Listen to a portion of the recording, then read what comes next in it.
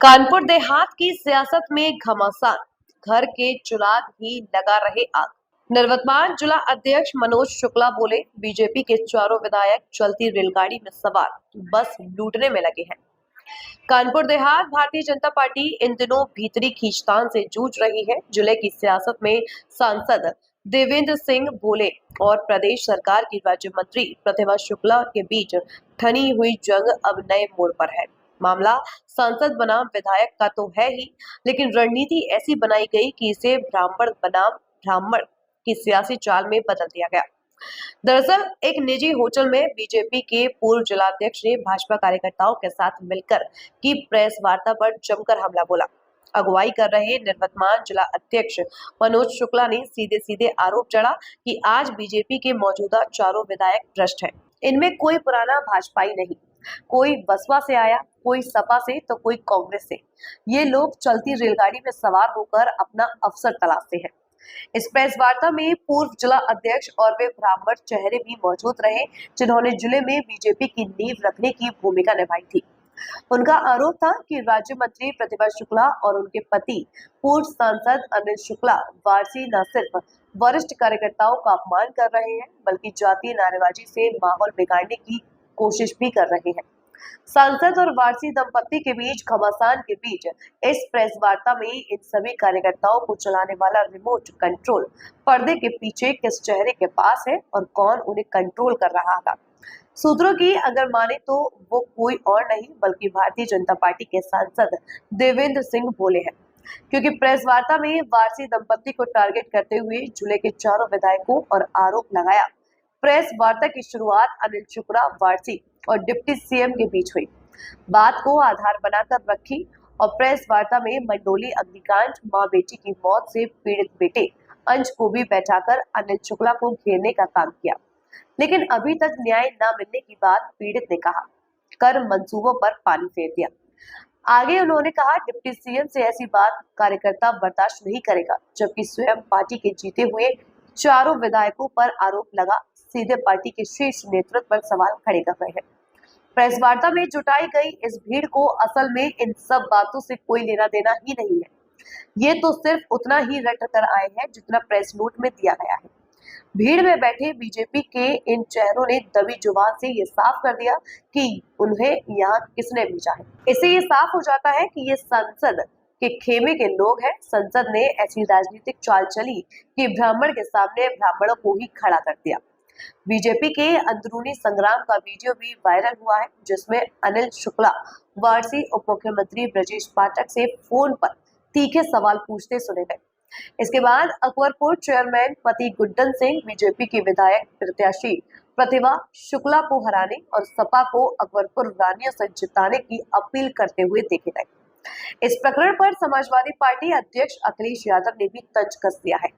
जिले में बनी खेमेबाजी में आने वाले विधानसभा चुनाव से पहले बीजेपी की मुश्किलें बढ़ा दी है।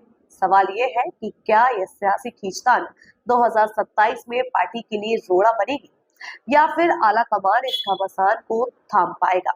प्रेस वार्ता भारतीय जनता पार्टी में जो उठापटक हो रही है 1 महीने से, उसके लिए की गई। उद्देश्य ये था कि यहाँ पे जातिगत और अपने फैंस क्लब और भारतीय जनता पार्टी का ओरिजिनल कार्यकर्ता जो है उसमें बंटवारा करने का काम चल रहा है। ये लोग जब सपा महानगर के अध्यक्ष थे अनिल वारसी जी, तो इन्होंने इसी तरीके से कृत करके बसपा में आए। बसपा में इनका उद्देश्य पूर्ति हुई, पत्नी विधायक हो गई, स्वयं सांसद हो गए, और ये जब उद्देश्य पूरा हो गया, जैसे भारतीय जनता पार्टी की लहर आई तो उसी उद्देश्य को पूरा करने के लिए उन्होंने बसपा को गाली गलौज करी, वहाँ के नेताओं को गाली गलौज करी और भारतीय जनता पार्टी में आ गए। भारतीय जनता पार्टी में अब चुनाव का समय आ गया तो इन्होंने वही जो 2 कृत दोहराए, उन्हीं कृतों के अनुसार ये फिर इन्होंने अपना जो है कार्यशैली को बदला और इस कार्यशैली में लग गए, जिसमें जो भारतीय जनता पार्टी का ओरिजिनल कार्यकर्ता है, मूलभूत कार्यकर्ता है, उससे इनका कोई संपर्क नहीं है। पार्टी को बदनामी के पार्ट में खड़ा करना, माननीय मुख्यमंत्री योगी जी के कार्यशैली पे टिप्पणी करना, उप मुख्यमंत्री ब्रजेश पाठक के कैसे बोलते हुए आप लोग सभी लोगों ने सुना, टिप्पणी कर रहे हैं, मोबाइल रिकॉर्ड कर रहे हैं, फिर इसके बाद उसको वायरल कर रहे हैं। भारतीय संगठन आपने प्रेस वार्ता के माध्यम से 22 बिंदुओं में बड़े गंभीर आरोप लगाए। जी, जीरो टॉलरेंस की सरकार बात करती है, भ्रष्टाचार अवैध खनन की बात करती है। इसके बावजूद भी आप द्वारा लगाए गए गंभीर आरोप, जिसको लेकर के एक सवाल खड़ा होता है, क्या सरकार दर्शक बनी रही या मंत्री को अपने बचाते रहे?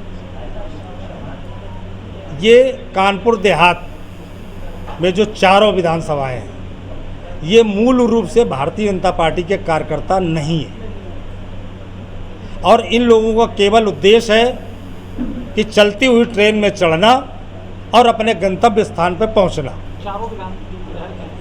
चारों विधायक कहीं ना कहीं एक फिर सवाल खड़ा होता है कि आप कहीं ना कहीं जो पार्टी ने जो टिकट दिए उस पर भी आप सवाल खड़ा करते हैं।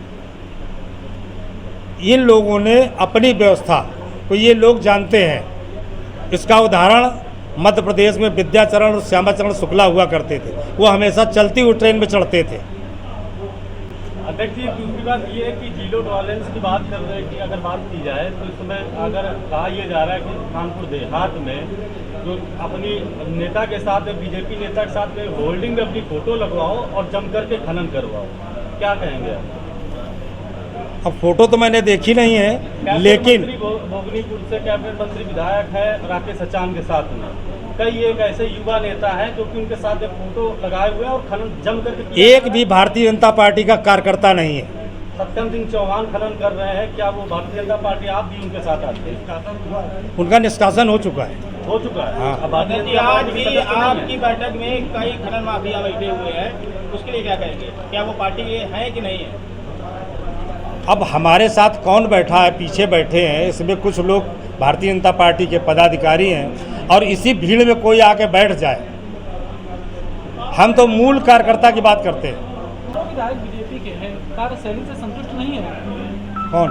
आप नहीं, आपकी पार्टी के हैं, आपकी पार्टी के भारतीय जनता पार्टी से एमएलए हैं। इसके पहले मैं आपको बता चुका हूं कि इन लोगों का अपना उद्देश्य पूर्ति के लिए, क्या भारतीय जनता पार्टी में दूसरे कार्यकर्ता नहीं है, केवल फैंस क्लब ही है? वर्तमान भाजपा नेता हैं, अकबरपुर चेयरमैन प्रतिनिधि हैं, उनका एक वो वीडियो वायरल हो रहा है जिसमें बोलते नजर आ रहे हैं प्रतिभा राव, राम प्रकाश कुशवाहा जी राव। उसके साथ में वर्तमान बीजेपी जिला अध्यक्ष अविनाश सिंह चौहान पर गंभीर आरोप लगाने के साथ में पार्टी पर सवाल खड़े करना है, इसके लिए क्या करेंगे? आपने 2019 उसमें लिखा है, 2019 में कितने ऑडियो वायरल हुए? वीडियो वायरल है। हम ऑडियो की बात कर रहे हैं, वीडियो की भी बात कर रहे हैं, और आप ही लोग वायरल करो, कोई दूसरा नहीं वायरल कर रहा। देश दुनिया की बड़ी खबर, हर मुद्दे पर रहेगी पैनी नजर, जनहित से जुड़ी दिखाएंगे आपको हर खबर।